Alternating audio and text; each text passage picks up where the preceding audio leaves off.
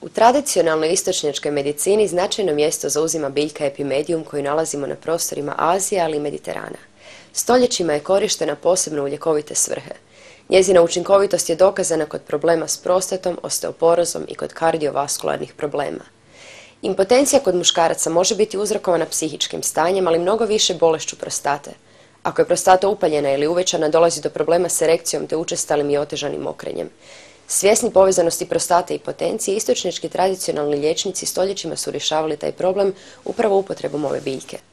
U 20. stoljeću dolazi do poplave različitih pripravaka u obliku prirodnih kapsula kojima je bio cilj regulirati rad i stanje prostate. Svi ti proizvodi uzimali su za bazu biljku Epimedium sagittatum, to jest aktivnu supstancu te biljke ikarin. Za ikarin se pouzdano zna da djeluje protuupalno na prostatu i prokrvljuje je.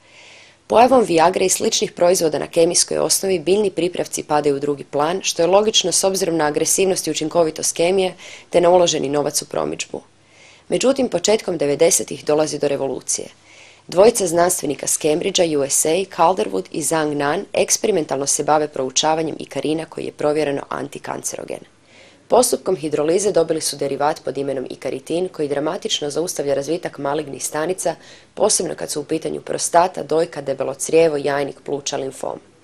Važno djelovanje ikaritina je da maksimalno djeluje na glatke mišiće prostate i krvne žile u okolini. Maksimalno prokrvljuje prostatu tako da nakon kraćeg vremena, otprilike 2 tjedna, daje odlične rezultate. Lakše i rjeđe se mokri, mlaz je neisprekidan. Istovremeno opušta krvne žile u penisu što dovodi do snažnih erekcija. Ikaritin je uz još 3 ekstrakta biljaka osnova kapsule Epimen. Znači, za razliku od sličnih kemijskih proizvoda dvojako djeluje. Regulira rad prostate i omogućuje snažne erekcije i to isključivo na erotski stimulans i bez negativnih nuspojava.